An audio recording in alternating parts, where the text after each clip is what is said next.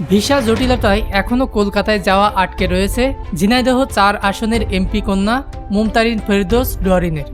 আজ বুধবার ভিসা হাতে পেলেই আজই অথবা কাল সকালে কলকাতায় যাবেন ডরিন।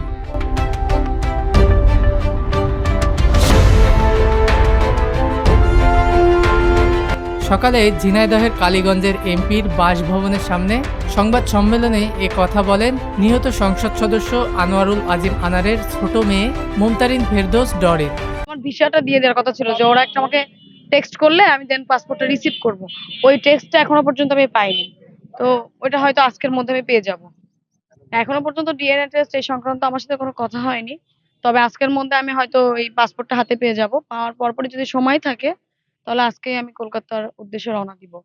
আর ডিএনএ টেস্টের যে ব্যাপারটা বললেন, এটা আমার সাথে এখনো পর্যন্ত এরকম কোনো কথা হয়নি, তবে যেটা আমরা নিউজে দেখছি যে মাংসের ব্যাপারটা দেখানো হচ্ছে, তো অবশ্যই ওটা ডিএনএ টেস্ট না হলে তো এটা আসলে আমরা সঠিক প্রমাণ হিসেবে তো মেনে নিতে পারবো না। অবশ্যই ডিএনএ টেস্ট করা হবে।